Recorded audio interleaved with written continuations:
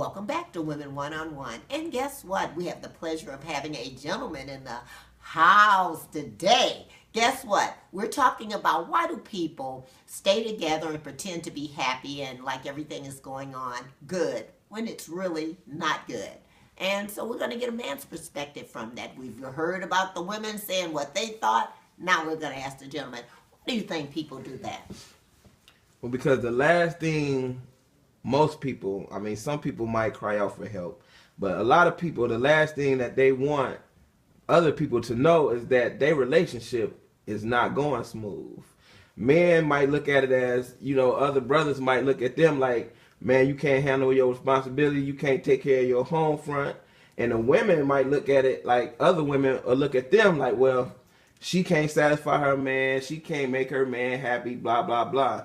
So what people do is in public, they smile, hold hands, laugh at each other's jokes and everything. But when they get back home, it's a whole different story. So what happens when they get back home? Is it just like silence?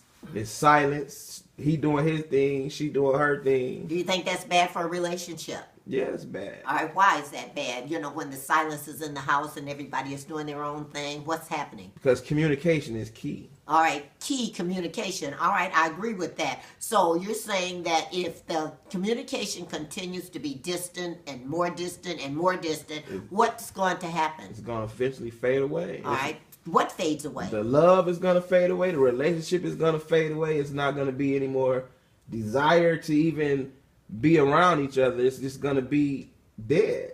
It's going to be no life. So in other words, the pretending, is it just... That's just for show. Just for show. So when you see that, don't get excited to think that this person has a great relationship and then your significant other or whoever you're with, spouse, is saying, oh, why don't you be like Johnny over there? Their relationship is great. So you really can't judge a book by the cover. You really can't, because you don't know what's going on in that household. Okay. Thank you. Yes, ma'am. I appreciate that. And guess what? From a man's perspective. See you again on Women One-on-One.